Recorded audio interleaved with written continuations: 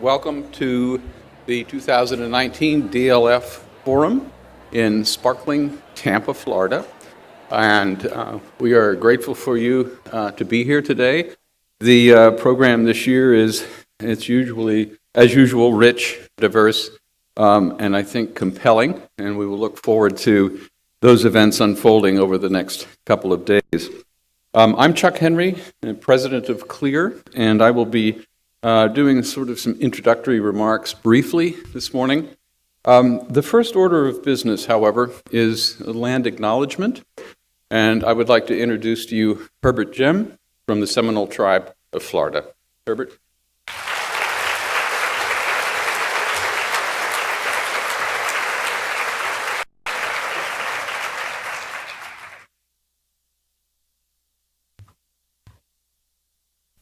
Good morning.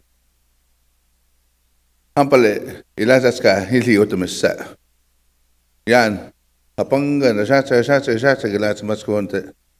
Ilazaska hili onte. En de estetik we atskiska. Men williska hublepik dojiska lakipik. Elbis koksalipik. Doksis koksalipik. Sintanabik willingnik te gaan etskiska. Danakik aponitia les aglaportitje bien. Te Elska Shanabis Mado. And what I was just saying is, welcome here. And so, you know, when people come and they visit with us, you know, we're welcome to our land, welcome to our territory. And the way we used to do it in our traditional ways is they would send a runner and he would come to the gates and he would come to the edge of our villages and he would sit there and wait at the gate until somebody acknowledged him. And the young child would run to the elders and tell them, you know, well, there's a man over there waiting by the gate. And then they'll send somebody in order to go get that man and bring him to the village. And the center of the village is where our cooking chiki is. That's where the women gather. But on the side of it, there's a chiki there where all the men would gather and eat. So he would be brought there. And he was told, you know, okay, you can put your stuff here. You can take your jacket off. You want to wash your face. You want to wash your hands. You want to wash your feet. And we'll bring you water. And they would bring him water and take care of him. And he would sit there. And then when the elders, the men, they would be out doing other chores and different things, chopping wood or whatever. And then when they came back, they were told, there's a gentleman over there, and he's been taken care of. The ladies have been feeding him. They've been giving him water, and he's well rested, and he wants to speak with you. And they would come, and they would talk. So it's our way of saying, welcome here, you know, get you some food, you know, and relax. And the words that will be given is sacred. So things that you acknowledge is a great thing here, to come here in Florida and to be welcomed here by your native people. Thank you.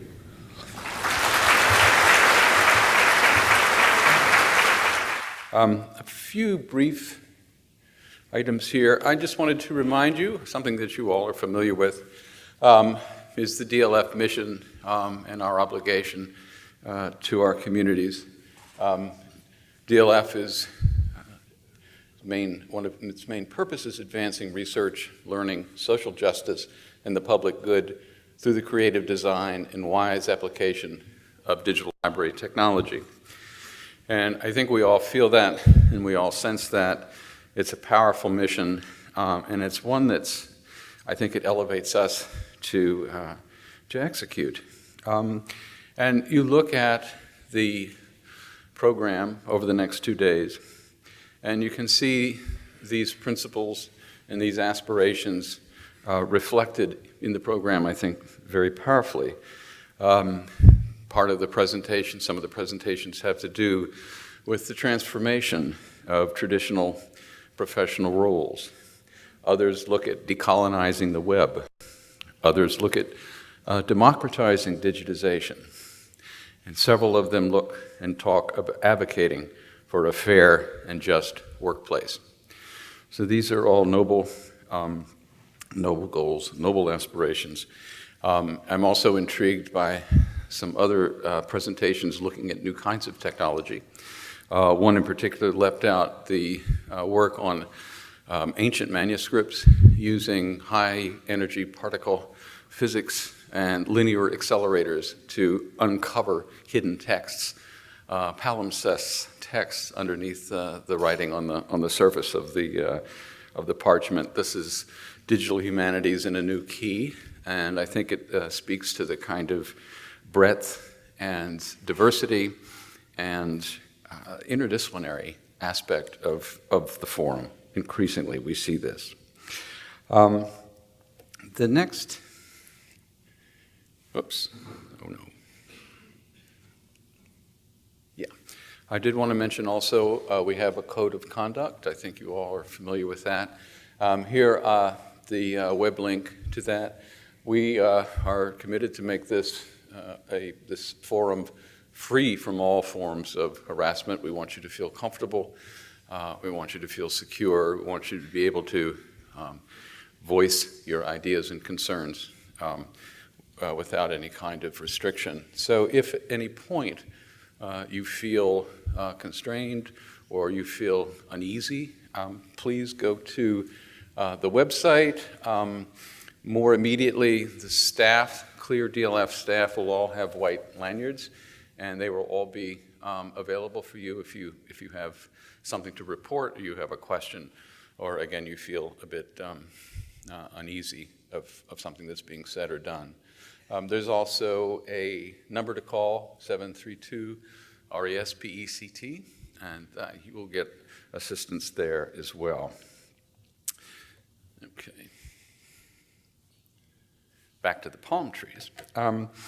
Very brief remarks. I think most of you know that DLF is about to celebrate its 25th anniversary.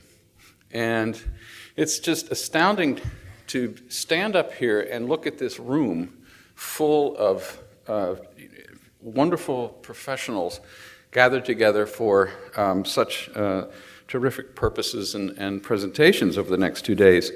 DLF actually started, it was an idea that came about 26, 27 years ago. And it was formulated by a group that called themselves the LaGuardia 7. And the LaGuardia 7 was a small group, usually 7, and it grew a bit to 8, 9, I think eventually 12. But it was mostly library directors who found themselves stuck in LaGuardia as they were going between conferences. So maybe ARL, maybe ALA, and they routinely would find themselves in a lounge or a bar, and they would sit around.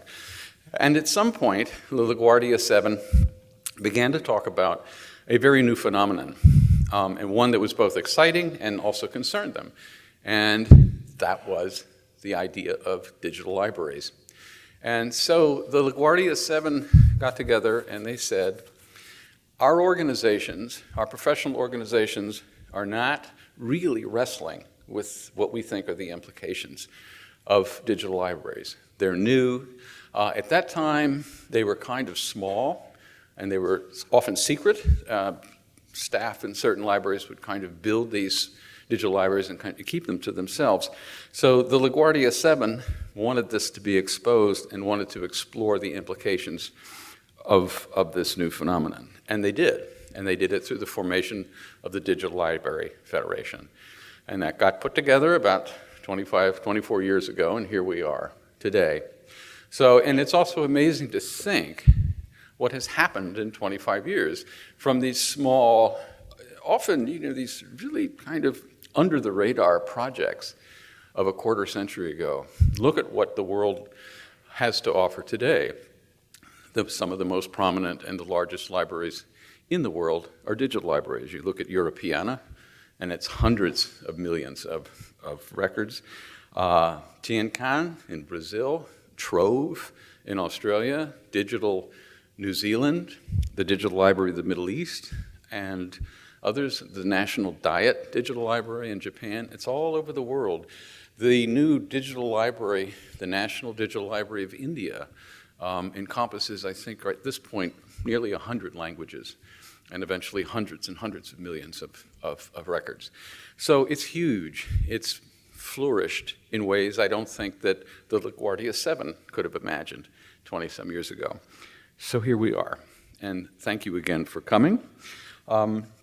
Before I move to introduce Louisa, I did want to recognize a distinguished colleague of ours, and that's Bethany Novisky.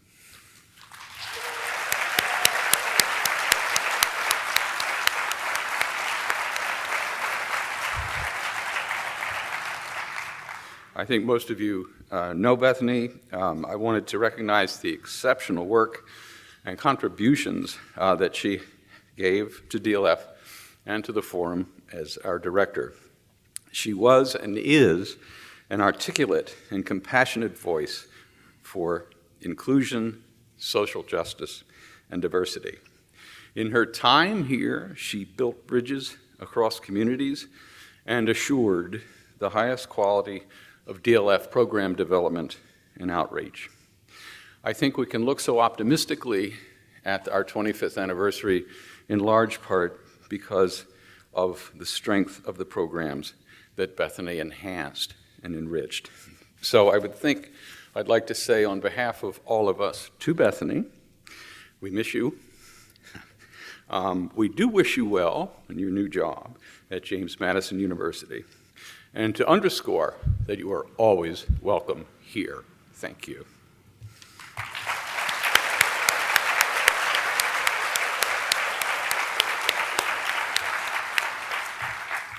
Okay, I'd like to introduce Louisa Quazagra, who is going to talk a bit about sponsors. And now a little bit about our sponsors.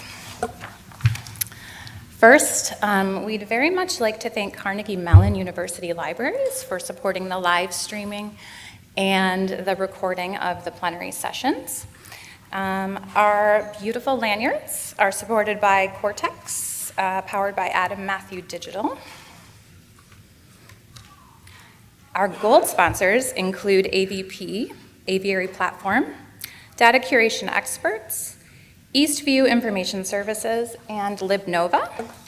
We also have OCLC, Samvera, Web of Science Group, a Clarivate Analytics company, and Zontal.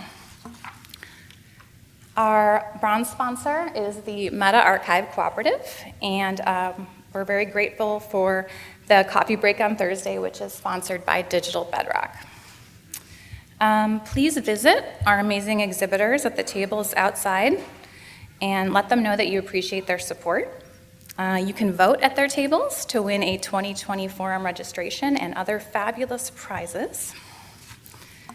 I would also like to thank our fellowship partners, the American Institute for Conservation, the Art Libraries Society of North America, the Association of Research Libraries, Library Juice Academy, MCN, the Visual Resources Association, and I really want to give a special shout out to all of you, many of you who have supported the Child Care Fund. It makes a huge difference for our colleagues when they can have support for their families. Thank you.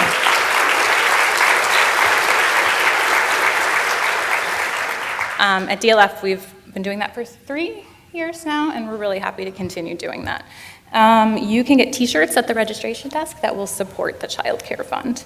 Finally, I'd like to thank the Forum Sponsorship Committee, which was led by our amazing chair, Gabrielle Mihalik from Carnegie Mellon Universities. Thank you. It's a great privilege and a pleasure to introduce our opening plenary speaker, Marisa Duarte. Marisa is assistant professor at the School of Social Transformation at Arizona State University. Her research focuses on problems of information, technology, and knowledge in the context of Native American interests and indigenous contexts as well. And this includes some recent work on social media and its impact on these cultures. She is also a member of the Human Security Collaboratory, which is part of the Global Security Initiative at ASU. She's also interested, apropos of DLF and the Forum, large-scale digital infrastructures that make accessible indigenous ways of knowing.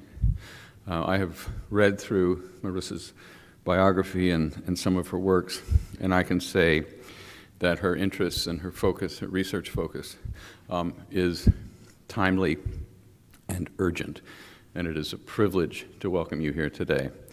Marisa's title is Beautiful Data, Justice, Code, and Architectures of the Sublime.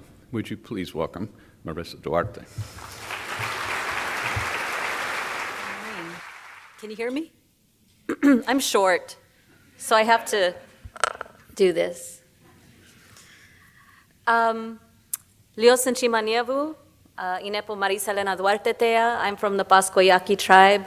Leo Senchimanievu, Mr. Jim, thank you for allowing me to speak on your lands. This is the first time I've visited Florida and have gotten to, take a little bit of look around, and I'm just really happy to be here. It's a pleasure to be able to visit with librarians. My work is greatly influenced by librarians, and now, although I focus quite a bit more on justice work, I feel like I've left the library field as a practitioner. I'm still with you as a theorist, and I'd like to share with you today an insight about how librarianship and justice weave together into one long braid through the tapestry of humanity. If history is written by the conquerors, then it is the librarians and archivists who maintain the records of their crimes so that the conquered, the oppressed, the marginalized, the enslaved and subjugated can look back into those files to find the seeds of their liberation. I titled this talk in this way because it is awesome in the biblical use of the word. That is, it feels like looking upon the face of the divine when a person liberates herself or when a people become liberated. It is beautiful, just as the human spirit can be in moments when the virtue of justice is embodied, internalized, and realized.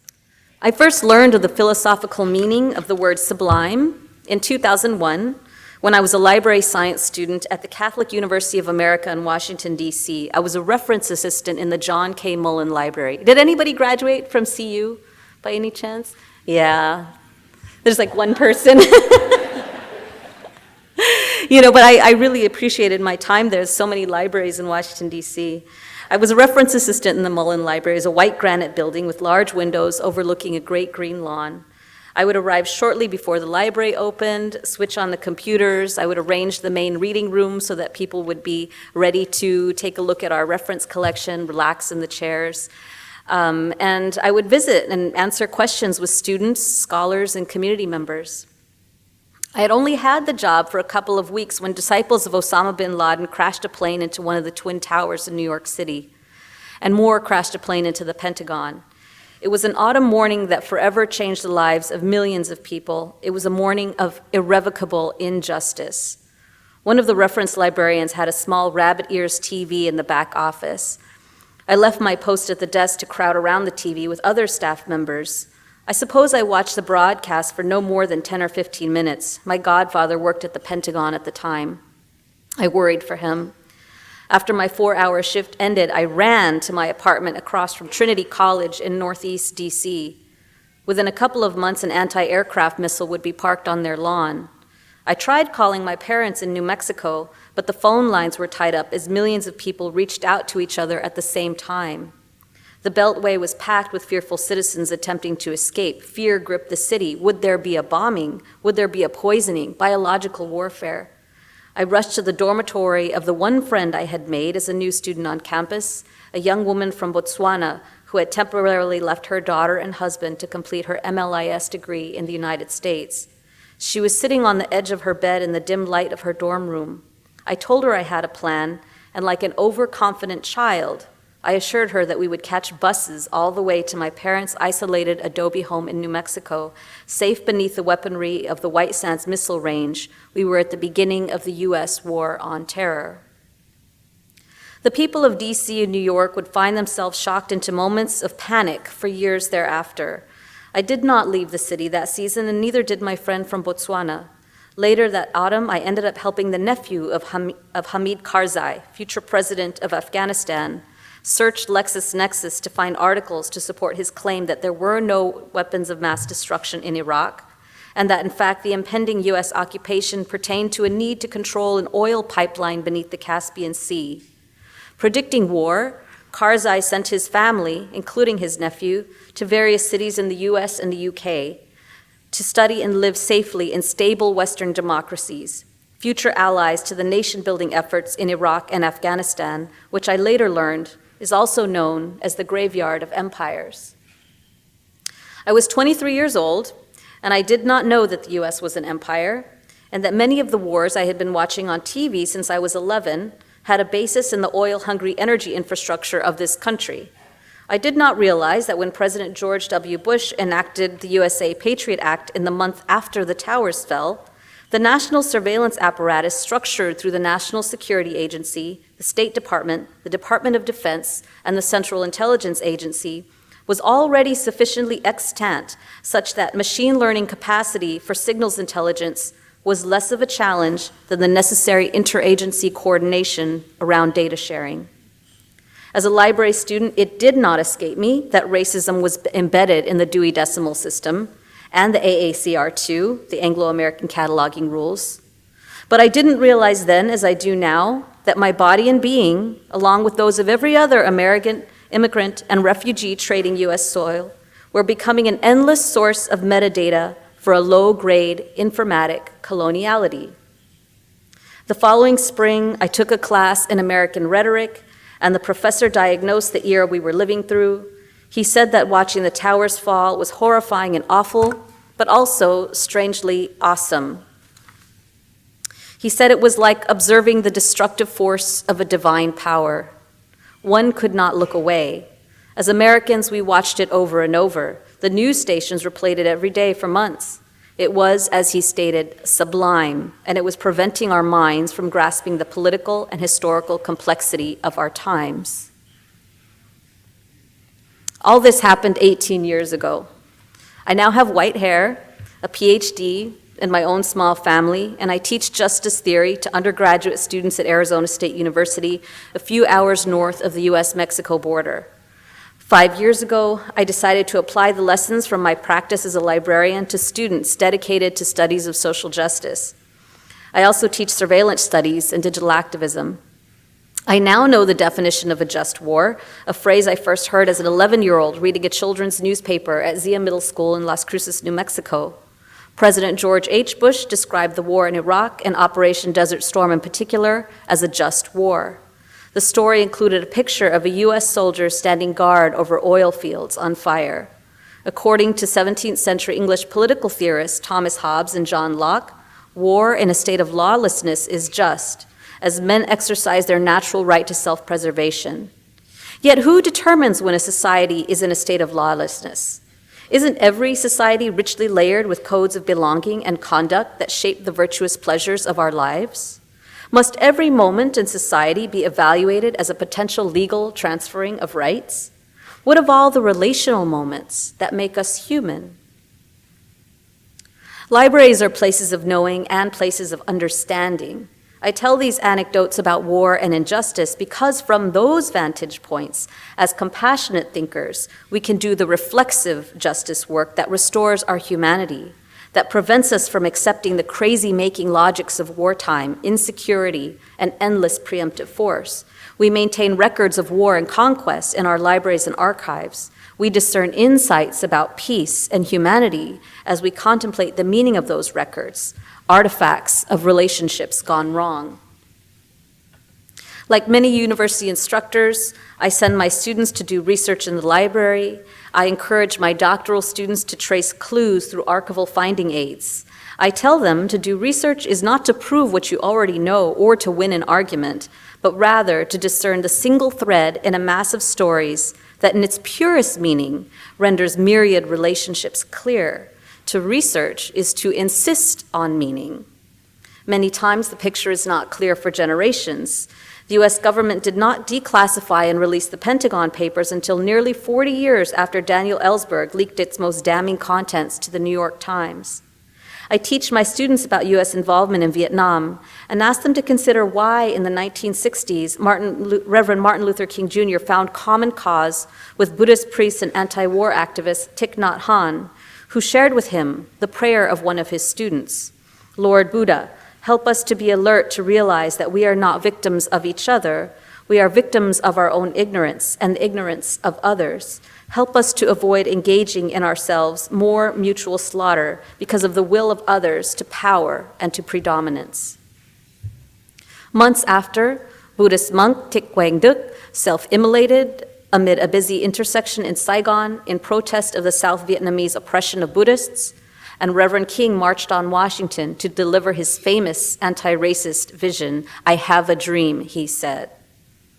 I need for my students to understand how racism and oppression are mechanisms of imperial designs.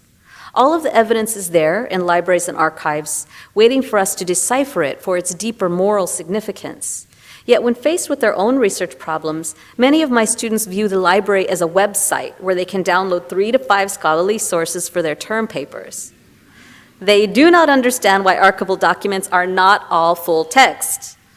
They prefer Google Scholar to library databases and digital archival collections. Many of them have full-time jobs and families and are not eager to read books that are not required.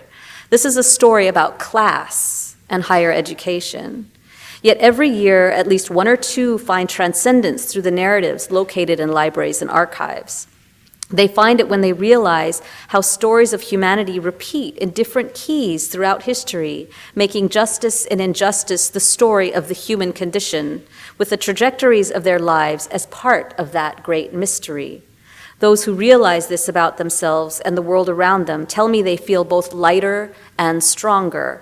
I see it in their composure. They know something at a deeper level of their being. They taste the cognitive peace of the radical intellectual. They glimpse the serenity in the stacks.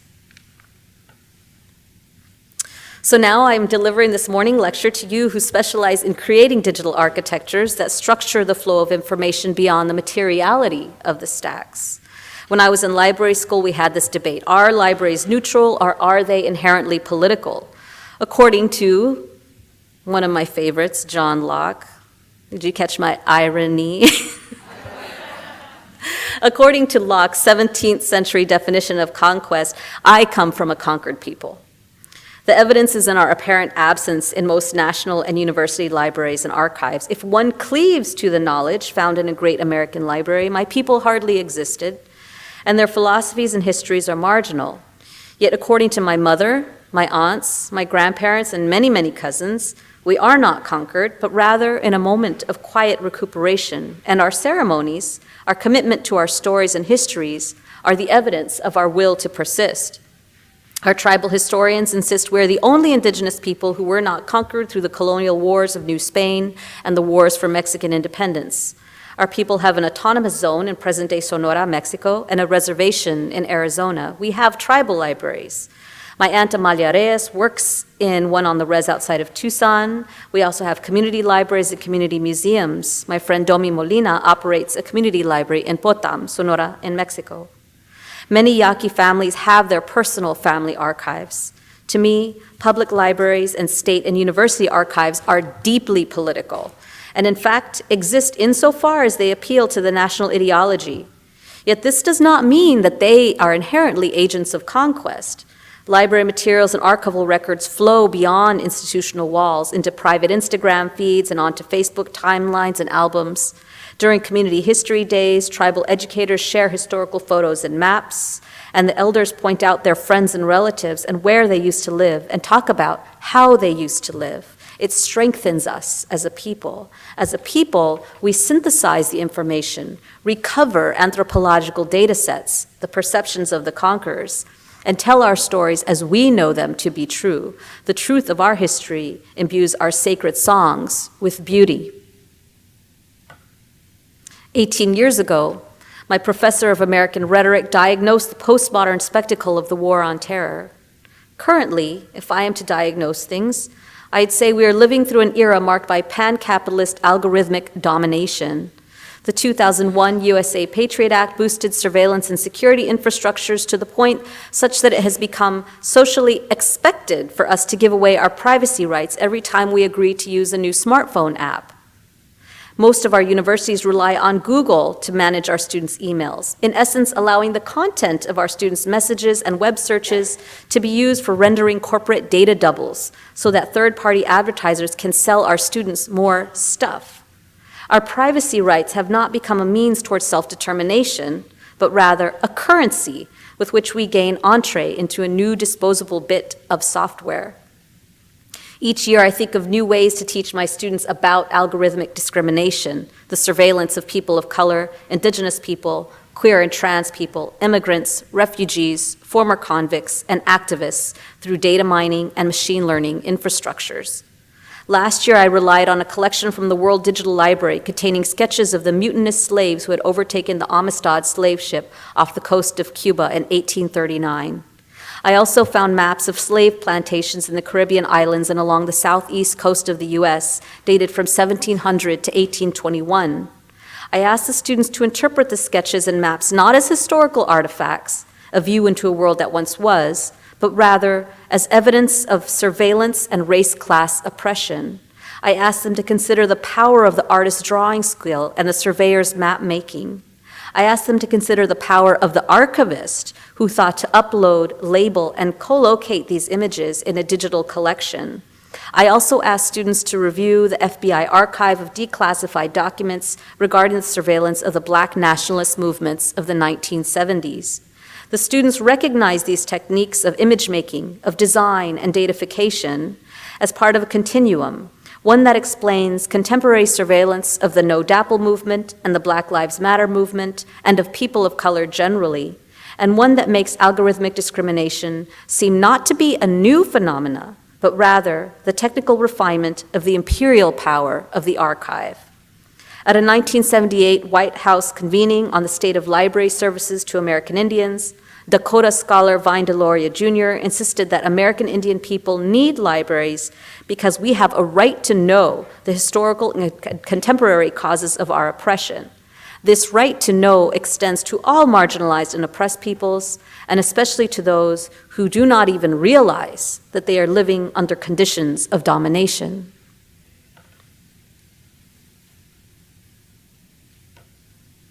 Those of you who curate these collections, who label them to make them accessible through digital means, the seeds of our liberation are embedded in the code that you create. When I was a library student in DC, I would escape the rhetoric of the war on terror by doing my homework. I was at peace shelving and cleaning books. I dedicated myself to practicing writing out MARC records by hand and then comparing them to what appeared in the interface of the OPAC. I tried out dialogue and anachronism even back then. I learned reference services through browsing through the card catalog and by memorizing the types of encyclopedias on our shelves. I took workshops in HTML and XML, and it was pleasurable to write clean code and to see how the bibliographic universe could interlace with the infrastructures of the World Wide Web. And moreover, that through that informatic weaving, someone like Hamid Karzai's nephew, a refugee from a new world war, could access investigative news stories to search for evidence against the misinformation that we as Americans were hearing at the time through the talking heads of CNN. Looking back, if I could be in that classroom debate, I would assert that those who cleave to the idea that libraries are apolitical are likely to strip future generations of oppressed peoples of their right to know. How can a person who refuses to understand the informatic dimensions of the cycle of conquest, injustice, sovereignty, and liberation know how to curate collections that bear the potential for moral reflection? How will they know how to meet the intellectual needs of survivors? But that debate was back then, and the debates of the present are trickier. Instead, we may now ask ourselves, when is data sharing apolitical? And under what conditions are we morally obligated to stem the flow of certain kinds of data? We may ask ourselves, how can we make our digital collections accessible to those who may need them most in different parts of the world at different points in history through various kinds of media channels? We may ask ourselves, how is gender inequality reflected in our design practices? How are race and class reflected in our design practices? Who are the readers of the future? How will we curate, design, and make our collections meaningful for them?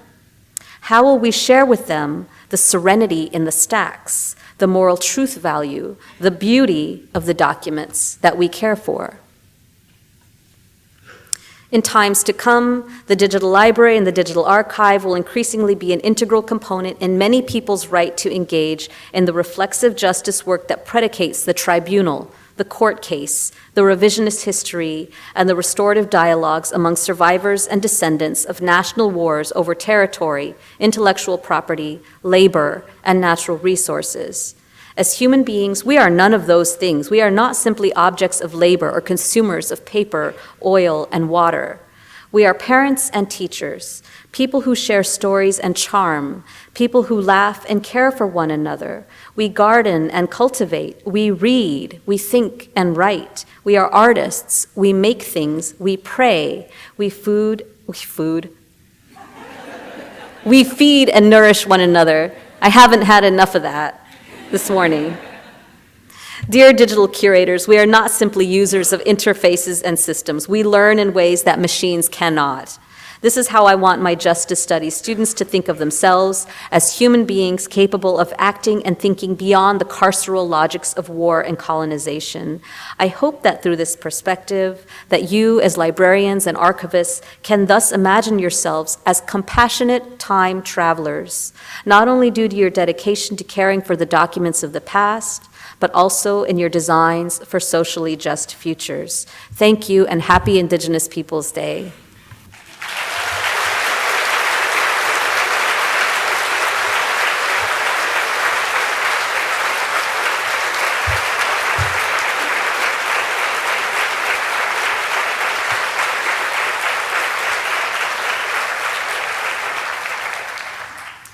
I think we have time for questions, is that correct? We have, hi everyone, over here. We do have time for Q&A, and I am over here on my tippy toes for these very tall mics to say that we have mics. So if you do have a question, please use them. There is one where I am standing, and there is one on the other side of the room. Alternatively, Marisa, would you please advance the slide to the next? If you would, for whatever reason, would not like to ask your question this way, you can put a question into the document in that link, and one of our members of our inclusivity committee will ask it for you.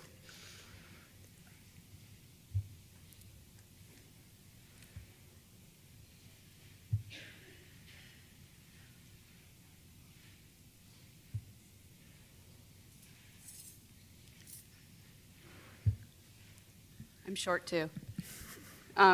Is this on? Okay.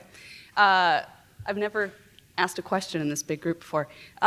So there's tons of work happening with AI and machine learning, and I don't think we can stop that flow of information, turn things around, right? So how do we humanize it? How do we make it the thing that we're not afraid of? Does that make sense? I think I got it. Okay. Yeah. So I'll give an example of why and how we stop the flow of information conscientiously, deliberately. It does feel quite overwhelming, doesn't it? Like we're surrounded by information and we can't just go to Facebook and say stop.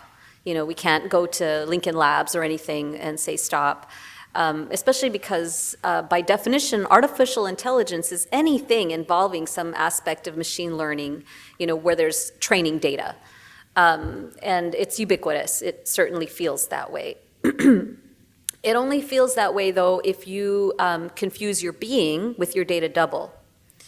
And this is something that we as Native peoples have really been dealing with for quite a while, right? Because before our data doubles were digitized, we had data doubles in the forms of anthropological records that were just wildly misinformed or deceptive about who we were as a people, and who, at the same time, did not recognize us as individuals bearing rights, interestingly. And so what Native tribes, many tribes have done to kind of stop this widespread, you know, misinformation is to enact controls over access. And that is by going to those institutions that have some of these data doubles present, and by saying, okay, we're either going to repatriate, and we're going to look at these various classifications, whether they're cultural patrimony or whatever, we're going to repatriate, or we're going to put access rules on things. Only certain people can look at these particular records at this time of year, or to see more, they have to come to our traditional historic preservation officer. So essentially what I'm talking about is an arrangement between institutions. And this is challenging for a lot of Americans to deal with because most of us do not have that kind of negotiating power to set up arrangements with institutions. We have to be employees of an institution in some sort of power, some sort of administrative power to go into that kind of arrangement. And this is where indigenous thought is helpful, I think. Many people, I tell people, you really ought to study American Indian history because it'll give you greater rights as an American individual. As tribes, we have sovereign rights. We have rights belonging to our tribal communities and as American citizens. So we have like multi-layers of rights. Most Americans, you only have rights as citizens, maybe rights in your municipality, your state, and through your congressional representatives. But that doesn't mean that you should be comfortable with only that set of rights. You can exercise group rights through whatever means possible, which is what we have done as tribal people. It's not like the US was like, oh man, you guys are sovereign, we really should respect that. Nobody has ever said that, I don't think. I've been looking for a long time. Nobody has ever said that, right? But so as Americans, when you're saying, oh, but we can't stop it, well, maybe, yes, you can. You just need to push really hard and think really deliberately about what kind of information you feel ought to be protected for the group rights of a people. And so that's one way to do about it. It's like, it's particular, I'm speaking to you all now because many of you in this room actually are those folks with administrative power through your institutions. You actually have that. Most people in this room have multiple degrees, and you belong to multiple associations. And probably it's very easy, I remember this when I was a librarian, it was very easy to be stuck in the tyranny of the bureaucracy of the library. Sort of like looking at the rules of the library, the codes of conduct, or the general American library values or whatever, and thinking, okay, I guess I have to follow these rules. But, the whole point of a democracy is that you're kind of like not supposed to always follow the rules. Dissent is very patriotic. And in some of these circumstances, it's necessary. And I really think about this when I think, okay, well, maybe I'm not going to have a heart attack today about the fact that my students' emails are being mined, and Amazon is able to market them Pop-Tarts. They know that like this particular group needs this kind of socks in this season in Vermont, and it's like that kind of, okay, it kind of is capitalist, and I'm skeptical of that as an indigenous person, but okay. The things that I really struggle with though are information being circulated about undocumented peoples, about immigrants, ICE coming to public schools and bullying people and asking for information, and libraries have a role in that. They really, really do. It's just whether or not we can get it together to kind of like think in a new way, to organize around that and to make statements. Library science. We are scientifically conscientious objectors to lots of things. We just have to kind of like learn to think that way. And not to go on much longer on that particular point, but I'm also part of the human-computer interaction community, HCI community, and these are the folks who make these algorithms and make these awesome systems. I have colleagues who design bots and all kinds of stuff, bots for good and all this, and it's incredibly impressive, the work that they do. But many of them are not trained in justice. Many of them are not trained in social theory. Many of them claim to see the human, but they see the human as a user.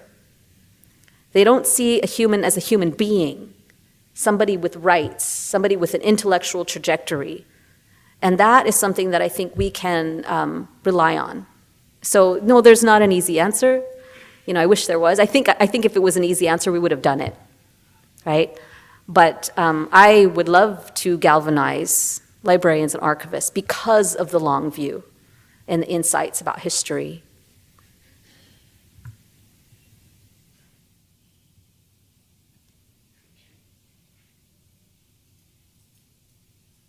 Somebody ask an easy question. Good morning. Thank you for your presentation. It was very illuminating. Quick question about class. You talked about class in regards to your student demographic. So if we're talking about information and migration into this digital or AI world, what happens to those individuals who do not go to colleges, that do not pursue education past high school? How do they then conceive of and are included in the information literacy world, which is going increasingly digital? So what does that look like in terms of the community, both documented and undocumented and matriculating? I really appreciate that question. I try to teach my students about this. I don't know how much of it sticks. So when I used to do bibliographic instruction, and I'm a little bit embarrassed now when I think about the way I used to do BI, you know, because the way I would teach it was generally, you know, this is the map of the library, this is where you can get your resources, this is your homework assignment, and call us.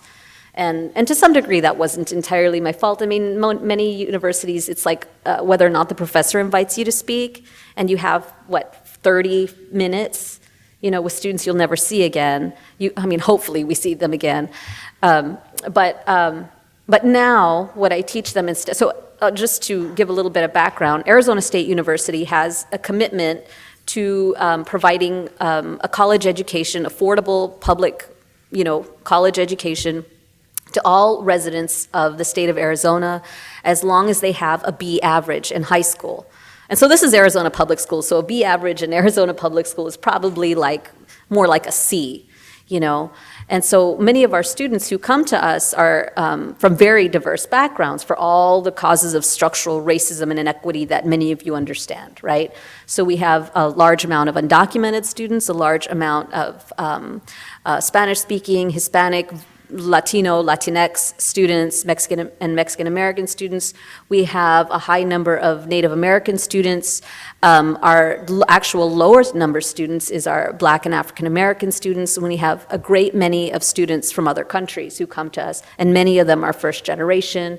They work full-time, most of them, and they have children, or they have parents who they support. So when they come to class, they're not always there. You know, they're occupied thinking about other things, big responsibilities in their lives. And they're often worried about poverty. You know, they're often worried about I can't afford to lose my job. I'm not a trust fund kid. I can't, I don't have a daddy who's paying for my college education. Like, I'm doing this on my own, on GI Bill or loans or whatever. And so what I teach them now is I teach them about information and poverty, the cycle of poverty. So what's happening now when it comes to algorithmic discrimination is that if you are poor, as many students are, and you're relying on food stamps, or you're, you yourself have to work with a caseworker, social worker, you're caring for foster kids, or anything like that, anything that puts you in touch with the system. Every time you go in to one of these places to get your services or to report, to go through parole or whatever, probation, anything like that, you're giving information to the state. And that information is being organized and arranged. That is the training data for these systems that eventually lead to an algorithmic discrimination, such that, for example, let's say a student is on food stamps, and let's say the student commits a minor infraction. And this is Arizona. So, there's famous rap songs about our state, and the police brutality in our state, right? So a student commits a minor infraction. The students get taken in. It pops up on the same interface when they come in to renew and get their food stamps. It pops up on that same interface, and the caseworker's like, well, what happened here? And it's a mark against that student. And so I started watching the legislations that were passing through the state of Arizona a few years back and looking for anything that had to do with algorithmic discrimination. And there are quite a bit of new laws coming out, new legislations that allow for the creation of these databases in the hands of the government to track and apprehend so-called criminals. But it's preemptive because you don't know what a criminal is until it's been done. So the way that they do it is by keeping track of people who have been released. And as many people know, I don't know if you know this actually, at least in my state, 1 in 3 families have somebody who is a convict. Either somebody that's in the system or that somebody is out of the system and they're on probation. That counts. And when people get arrested, and they have to go through this calculation, sort of the caseworker fills out these information about them. They ask them, are you drug related? Are you gang related? Are other people in your family, are there other felons or people who've committed misdemeanors or whatever? This questionnaire you fill out, that's the training data. And it produces a calculation that helps the judge sort of figure out, well, what's the percentage likeliness that they're going to recidivate? And so this cycle continues, if you kind of get the picture of what I'm saying, right? And we can see how some states, strong-arm states, take advantage of this. We have the social code in China, where they will even track who you're friends with, what you search for on the web, and that determines whether or not you can eat in certain restaurants, whether or not you can live in certain communities. In the US, that's a terrible thought to us. We were like, we would never do that. And yet, if you ask a queer or trans person if they can live in a certain apartment complex in a certain state, they very well know that they cannot. They have to be extremely careful. We still have laws that prevent fair housing for gay, queer, and trans people. So it's like kind of putting your lenses on, critical lenses on, and learning how this technological redlining happens for particular populations. The one irony that's always really huge to me is how people can be undocumented when there is so much documentation about them. It's an irony. What's happening is that the state is actually keeping them undocumented, and they're proving it, right, over and over. So it's kind of like, okay, where's the money going, Palantir? Why are we giving money to Palantir when maybe we should be, boosting up our resources in our offices that provide for refugee status and all that kind of stuff. So that's kind of the way I teach my students now. I teach them about it from the angle of poverty, and this is why you need to be, conscientious of your informatic flow, your data shed, your data exhaust, and be conscientious of privacy mechanisms like using VPNs and all that kind of thing. And yeah, it's fundamentally unjust. There's parts of it that are fundamentally unjust. But my goal is not to, I teach justice, so I teach students how to look at this stuff in the face of what it is. And if they can't make the change for themselves, they need to make it for their children. This is a question from our shared document. Boy, everyone here is short, I guess, or something, I don't know. This person asks, do you think it's possible to advocate for the change you're describing, which I also want, within the context of a neoliberal, capitalist higher education system? Sometimes I just want to give up on it. Yeah, it's a drag, right? So we're in this interesting situation right now where neoliberalism and neoconservatism are actually in this a dance with each other. So, neoliberalism is essentially the state saying, it's too expensive to provide for all the rights of you all people, so you need to buy your own rights. And so the wealthy get to experience the most privileges in society because they can literally buy them. For a great example, I'll use another example from Arizona, is that we have a lot of crime in Arizona, but rather than doing things like focusing on better schools or dealing with homeless population or opiate addiction, things like this, the state instead says, this is just too expensive. Y'all people, let's just open up that land for more housing. And so the land developers are like, we love that idea, and they build these gated communities where you then have people self-selecting to live in there, and they have similar shared values, which are mostly fear-based. Like we need all these gates, we need ring, we need all this like extra surveillance so that I feel safe because the state will not provide it for me. That's how neoliberalism works. But if you can see the neoconservative part in there, right? Of course, law enforcement, military, all these kind of things that thrive on this fear, they get more revenues as well. And we start investing in technologies that are living on this feeling of uncertainty and insecurity. So these kind of work together. And that's important to realize because if you are in a neoliberal university, which I am, ASU is famously corporate, it's kind of a model where they were like, oh man, we agreed to educate all these people and we can't do it. We don't have enough resources to let in this many students, so let's contract out as many services as possible. That's the model at ASU. I'm going to get a message, I'm sure, from the president or others for being, this is being live cast and recorded anyway. But what ends up happening is that in a neoliberal university, it's very frustrating because every time we come up with a new idea, that has some moral value that's really emphasizing our rights, privacy rights, especially the rights that, that folks have already don't understand, like privacy rights. Many times you'll have somebody who just kind of like listens and is like, we appreciate your concern, right? And then it's kind of lost in the next cycle of whatever. Many of you know this experience that universities only support diversity when they're financially flush, and when they're broke, they're like, we can't afford that this year, sorry. You all can have a bake sale for, Martin Luther King, I'm like, what? This is absurd, right?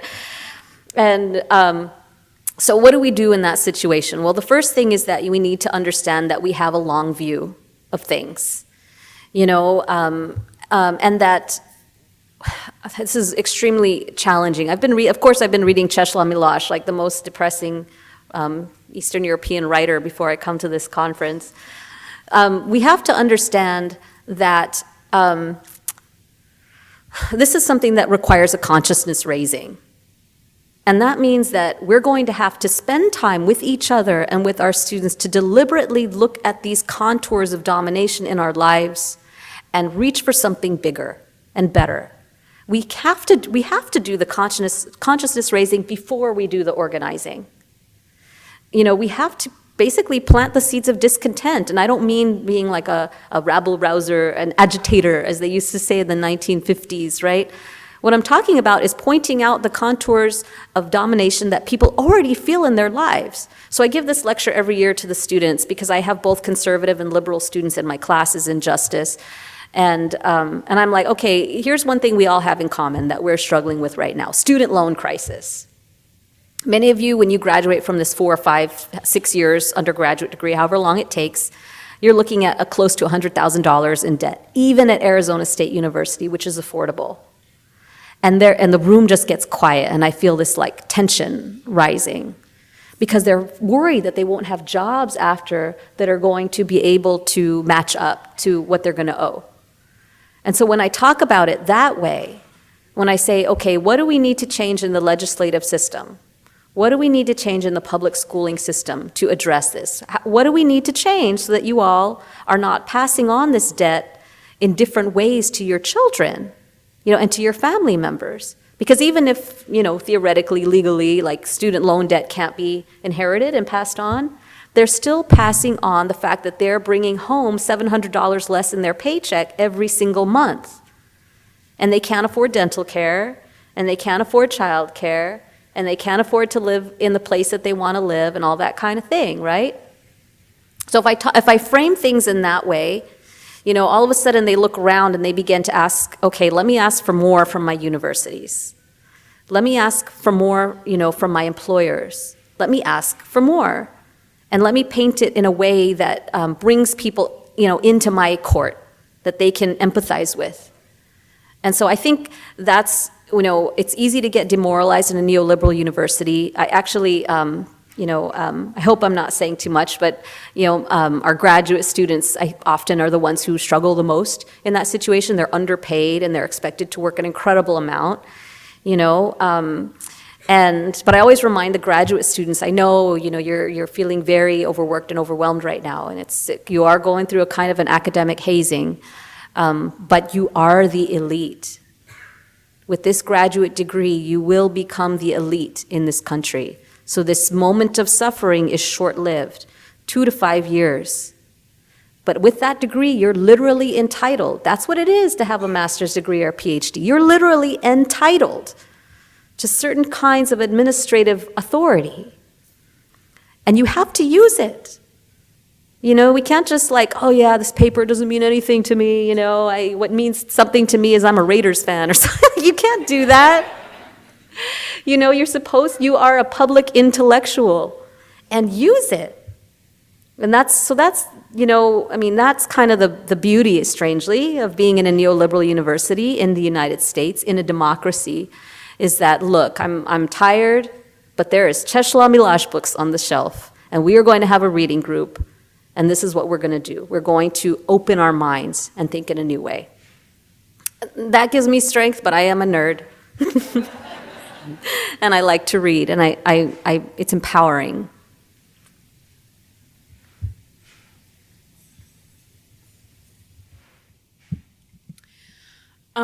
You said some powerful things about archives holding the seeds to liberation and code holding the seed to liberation. And I'm wondering, like in an individual sense, that archives do bring justice sometimes, as far as like land disputes and that sort of thing. But I've never heard of a revolution being sown out of an archive, and so I'm just wondering what the solid line is from archives to collective liberation, and not just individual liberation and like the knowing or the pleasure of knowing beyond that. So I'm a post-structuralist. I know, like, so one time I gave this, I know some of you have heard me tell this joke before, so just fake laugh if you've heard it before. But one time I had a dream that I was giving a great lecture on the nerdist perspective, and the next day I did it, you know? So this is me saying I'm a post-structuralist, only a super nerd would say that, right? A post-structuralist fundamentally sort of believes that collective change happens because of the actions of many historical agents operating in the milieu of a moment. And many people who do social media studies, who do data mining and machine learning, are also post-structuralists, because what we do is we literally trace the evidence of interactions between agents, whether they're human or non-human, map them out, and then we can, with statistical accuracy, predict, is Brexit going to happen? Are we going to see voter fraud in the next election? Yes, We can predict these things by looking at these masses of data. All right, so let me shift gears again. So what is the line between individual empowerment and the archive toward revolution? First of all, revolution doesn't happen overnight, right? It actually takes a few generations. There's a few stages, a few essential conditions for revolution, and I actually don't think we're talking about revolution here. I think we might be talking more about reform, but nevertheless, these conditions apply. And that is that you have an educated middle class with access to infrastructure who are no longer receiving the basic services that they need to pursue life, liberty, and pursuit of happiness. Okay, so that means that you're going to have an educated middle class, right? They have degrees, they can't get jobs. They have degrees, they have jobs, the money is all sucked out by student loans or whatever, because they have little financial income, little movement there, they cannot marry, or they choose not to because it would be irresponsible. They cannot afford for their children, they cannot buy property, and they cannot care for their elders. That's the seed for reform, that particular combination. And because they're educated, what do? When they're not at work, they talk amongst each other, and they start to plan. All right, so the seeds for revolution are when you add a shortage of food, water, and basic health services. When you add that to that, in addition to a corrupt government, that's revolution. That's the sort of the formula for revolution. For reform, however, what ends up happening is that when people start talking, they talk for a long time. And it's like, this is an American Indian giving you the seed. Okay, here's the formula. And then we go to our elders and we say, what do we got on paper? What are our treaty rights? What are the rights that existed before it was even written on paper? And the elders say, well, here it is. Here's what we did. So in this group, mostly Americans, this is talking about people who were organizing pre-Woodstock. People who were organizing in the 1950s, people who have a memory of the 1930s and the 1940s when they had to advocate for their rights. Like going back and not relegating that to history, but understanding that those were the instructions to get you to where you want to be. So when it comes to, this is the archive, right? The archive isn't necessarily only in like this, you have to get through all these interfaces and you have to have your subscription or you have to go into a library or literally go into a national government archive with your researcher credentials. It isn't necessarily always that. It's just finding the evidence in there and going and talking with your elders and going and talking with your family and clicking that into space. Like, let me make it make sense. How does this apply to the present? And then you do your consciousness raising. Book clubs, meeting in cafes, teaching, giving lessons and all that kind of thing with a tactical lens. The more connections that you make, we can do the strength of weak ties theory, which is that the people who sort of make the biggest impacts in your life, where you're going to find love, where you're going to get your next job, all that kind of stuff. It's not in your immediate circle, it's in the friends of their friends. That's the group that you want to start organizing around, the friends of the friends. And we have all these social media tools now that enable this, why we call it connective action instead of collective action. So, I'm looking at this from an information science perspective, so of course I'm always seeing things in terms of information sharing. How can I share something with the friends of the friends? How can I disseminate information? How can I track it through the friends of the friends and see where that social change is happening, right? So I don't want to tell you that it's it's not an easy answer. Once again, it means that you have to sort of think not only of yourself, you have to start thinking collectively. What social groups are most affected by the changes that I think should happen? What do I have in common with these social groups? How are we going to push forward? What institutions are we going to work through? What infrastructures do we actually have access to? That we can make change about. What friends do I have on the inside, in the inner circle of these different institutions? And it may seem very long and grueling, and this is where it gets exhausting, but that is the fire of revolution, sadly. It isn't all like frontline protest, exhilarating, yeah, freedom, no. Most of the time, actually, it's this persistent drudge work, this determination and persistence, right? So when I think of the work that many of you do, it's building those infrastructures to allow for that dissemination of information to happen. I could get more nerdy, but I still have to have my breakfast sandwich.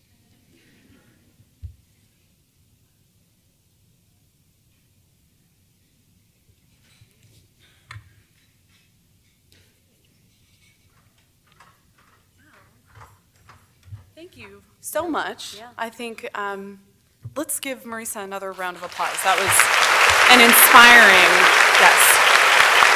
an inspiring conversation. Thank you so much. Yeah.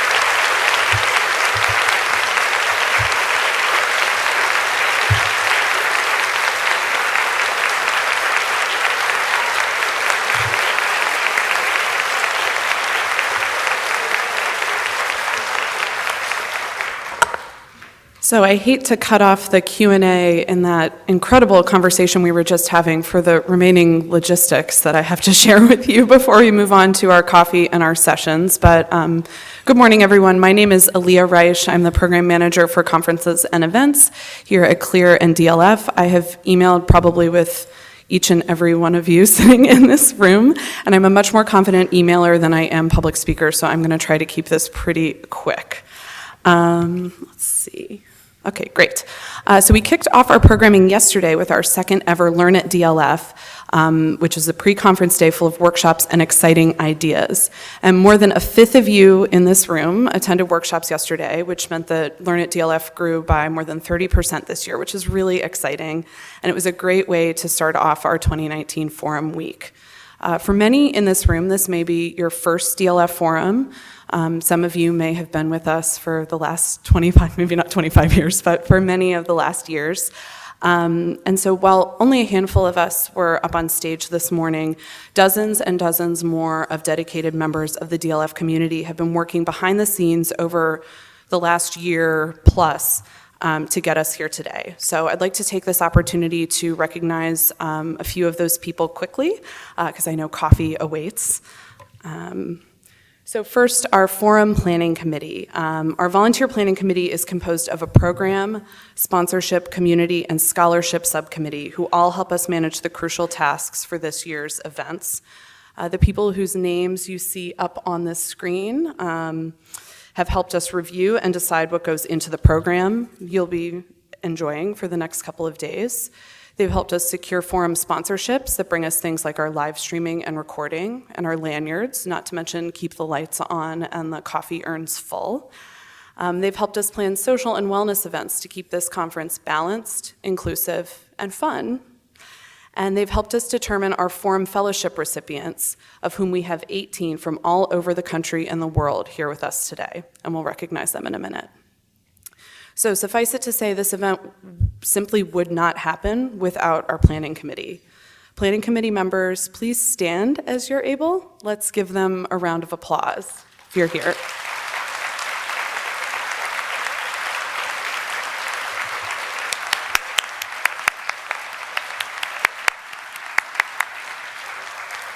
Thank you.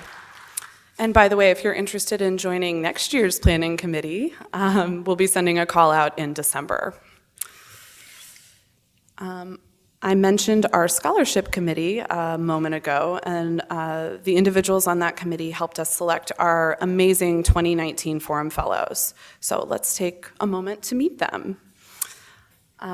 We have fellows, our ARL and DLF fellows, as well as our students and new professionals fellows, our mid-career focus fellows, and new this year, 2 international fellows. And we're also delighted to welcome 3 fellows through our GLAM Cross-Pollinator Fellowship Program. And we also have other types of fellows with us, and we are very thrilled to welcome our Authenticity Project fellows and mentors to the forum this year. And you may remember if you attended the 2018 forum, we announced that that program was going to get underway, and the Authenticity Project is hosted jointly by the HBCU Library Alliance and DLF, and it's an IMLS-funded mentoring and professional development program for early to mid-career library staff from American historically Black colleges and universities.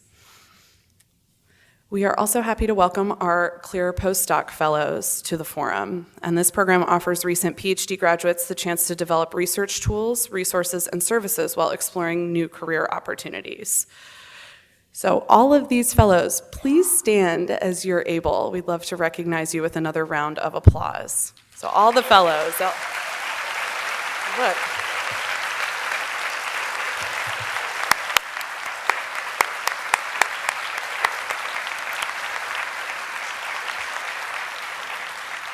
We are so happy that you are here. And I would be remiss if I did not thank the CLEAR and DLF staff. I personally am so grateful to our staff. I know my name is up there, but everyone else on there who helped support conference planning amidst the changes in DLF over the last year. Including Gail Schechter, who is our new program associate, who started only 6 weeks ago, so talk about jumping into the deep end. And you'll hear more from Gail at the lightning talks tonight and the closing plenary, so we're so excited to have her on staff. But thank you to all of the CLEAR and DLF staff who helped make this event possible.